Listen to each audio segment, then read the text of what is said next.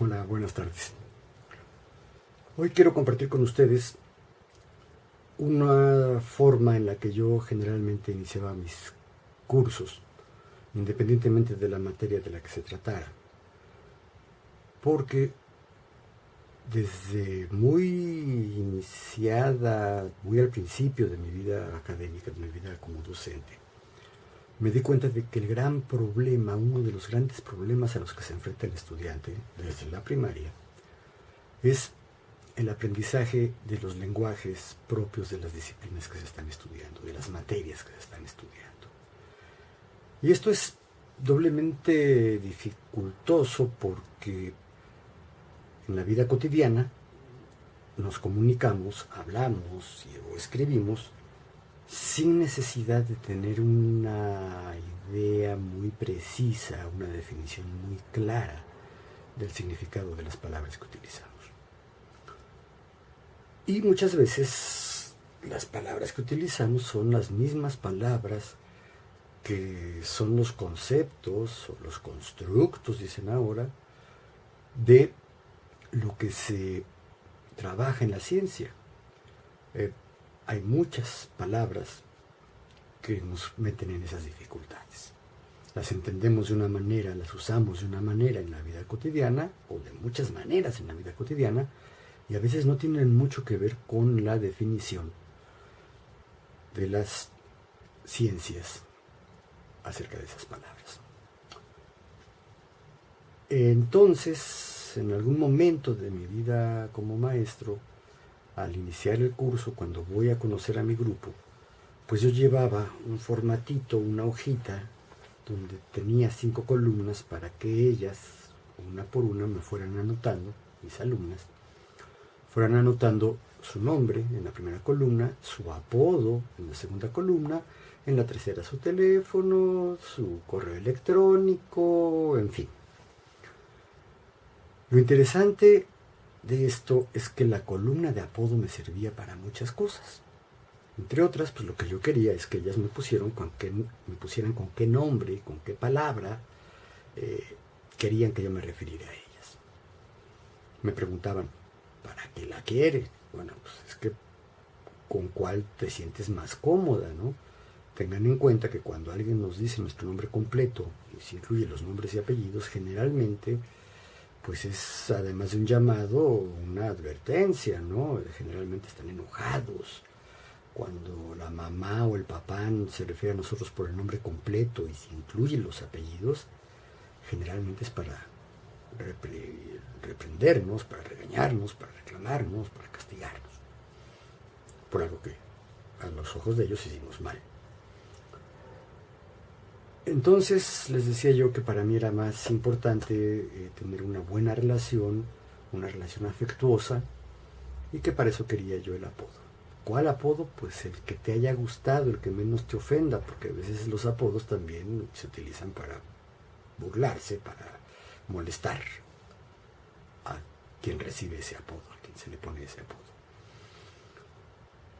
Entonces, pues sí accedían, algunas me ponían su nombre completo, no hay problema, ¿no? Algunos de sus nombres, algún apócope, los Albertos me solían poner Beto, ¿no? Las Marías Mari, qué sé yo, esos son los apócopes.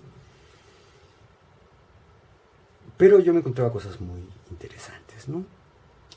Y les explicaba, poniéndome a mí como ejemplo, digo, yo me llamo Cuauhtémoc, pero ¿por qué me pusieron Cuauhtémoc? Híjole, si vamos a la etimología de la palabra Cuauhtémoc, pues nos encontramos con que significa águila que cae o águila que desciende o simplemente águila que baja del cielo para traer algunos beneficios del cielo hacia la tierra, que creo que esta era la idea de la palabra Guatimotzin.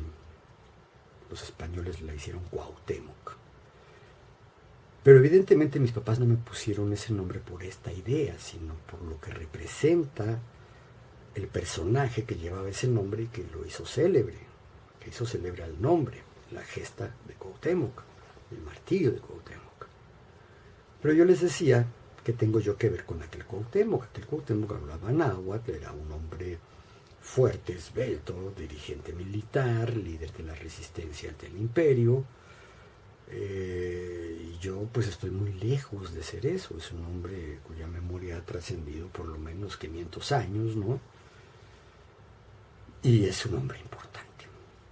¿Qué otros Cuauhtémocs importantes hay? Bueno, pues los que estaban en ese entonces con una presencia vigente, digamos, en los medios de comunicación, pues también era gente importante, connotada en el fútbol, en la política, en la literatura. Y pues yo no tenía, ni tengo hasta la fecha, ninguna de esas características, ¿no? Entonces pues me pusieron Cuauhtémoc, pero si yo me atengo a eso, pues resulta que mi nombre me queda grande, ¿no? ¿Qué se puede decir de los Julio César? ¿Qué se puede decir de los Albertos, que se llaman así por Einstein, ¿no? Los Octavios, que son un homenaje a la Octavio Paz. Es decir, los papás nos ponen el nombre porque o suena bonito o hay un personaje que ellos aprecian muchísimo, un personaje importante en sus vidas, y por eso le ponen el nombre así a su hijo, pero eso no nos describe, no nos define. Generalmente no tenemos nada que ver con el personaje que nos dio ese nombre, al que, vaya, que nuestros padres tomaron para darnos ese nombre, o tampoco tiene mucho que ver con la esencia del nombre, ¿no? Incluso los apellidos.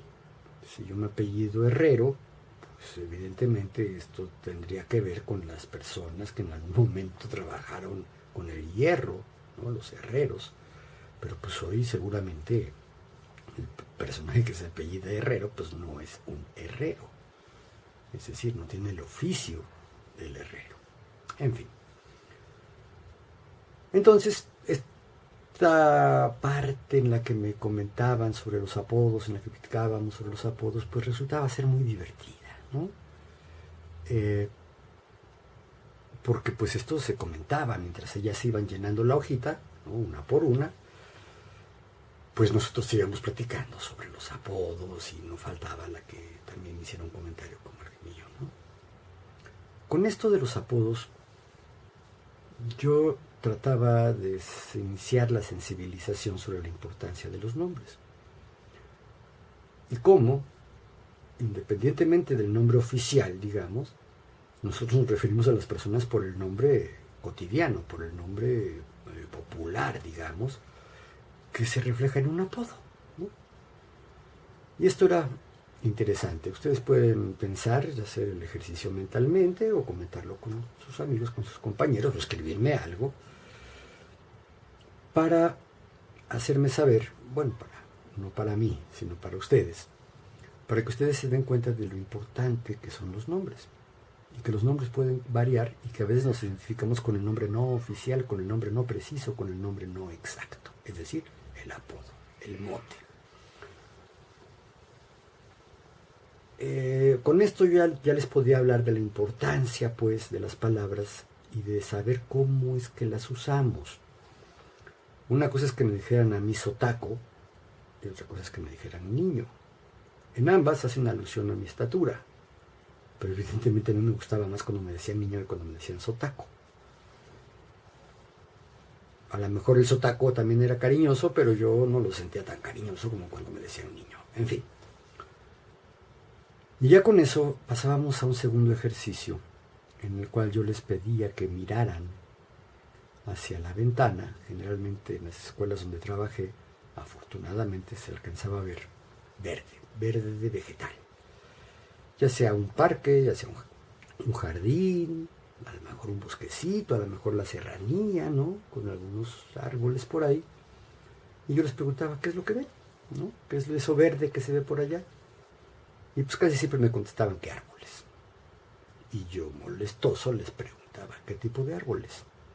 Y bueno, había algunos que sí alcanzaban a distinguir o a ver y a saber que eran eucaliptos o eran pirules o ayameles, qué sé yo, robles, etc. Pero no siempre le atinaban a ello, incluso había una confusión muy grande porque de pronto había bambú, mucho bambú, en una de las escuelas, que se confundía con los árboles, y muchos árboles tenían hiedras, enredaderas, pues, que ya habían compartido el espacio de las ramas del árbol, ¿no? Entonces, bueno, pues les hacía yo ver que les faltaban muchas palabras, les faltaba mucho vocabulario de corte botánico como para saber de qué se trataban esos árboles o qué árboles eran, ¿no? Porque incluso algunos no eran árboles, eran arbustos, macollos, enredaderas, qué sé yo.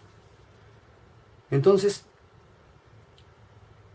les preguntaba yo, ¿y si llamo a un jardinero y le preguntamos qué árboles son? ¿Qué nos va a decir? No, pues ellas mismas sabían que el jardinero nos iba a decir muchos más nombres, muchas más palabras, porque él puede distinguir y asociar una palabra con las características físicas de un árbol.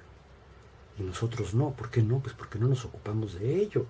O sea, no es nuestra materia de trabajo.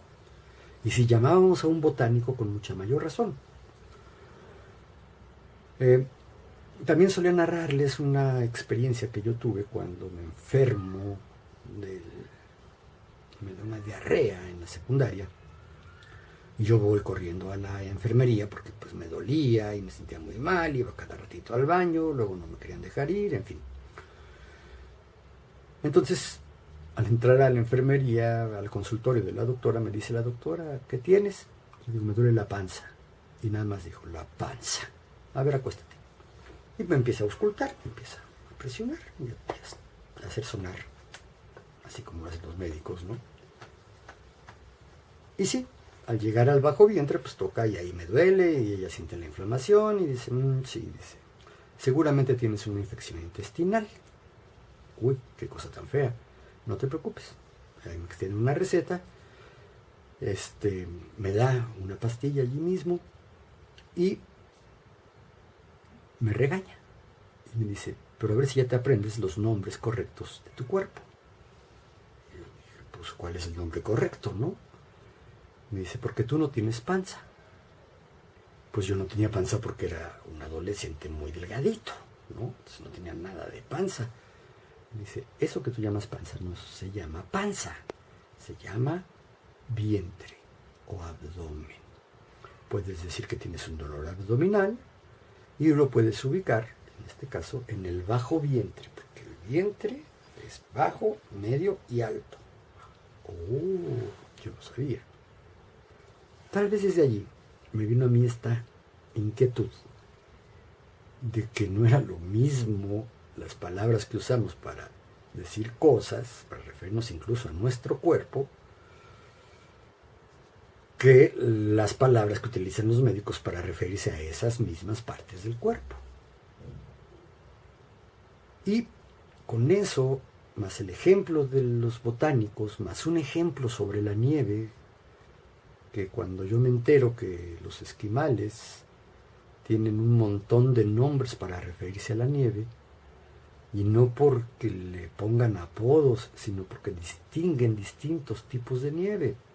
Claro, ellos viven entre la nieve casi todo el año, y entonces para ellos es muy importante distinguir si la nieve está bofa, si la nieve es maciza, si la nieve se está congelando y va a pasar a ser hielo, cuál es la escarcha, qué sé yo. Para nosotros, los que vivimos en estos países tropicales, pues la nieve es la que alcanzamos a ver en los volcanes, o en los inviernos muy crudos cuando llega a nevar, a caer nieve, pues esa es la nieve. Y la otra es la nieve que nos comemos como golosina, como dulce. ¿Por qué los esquimales tienen tantos nombres para la nieve? Porque les es muy importante, les es vital identificar distintos tipos de nieve. Si van a emprender una caminata, pues tienen que saber si la nieve tendrán su nombre, y tiene su nombre, si es una nieve maciza, o si está muy bofa, o si se está derritiendo, o si ya es hielo, ¿no? Si ya se congeló al punto de convertirse en hielo. Nosotros solo decimos hielo, nieve, si acaso escarcha, ¿no? Pero para ellos es muy importante distinguir la nieve.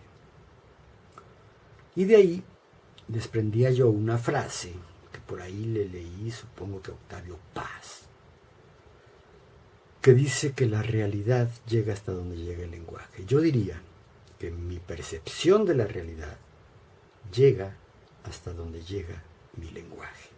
En la medida en que yo tenga un mayor bagaje lingüístico, qué bonito suena, en esa medida voy a ser capaz de identificar y de entender distintos elementos de la realidad. Mi realidad va a ser más amplia, más rica, más variada, más detallada, en la medida en que tenga las palabras para nombrar esos elementos de la realidad.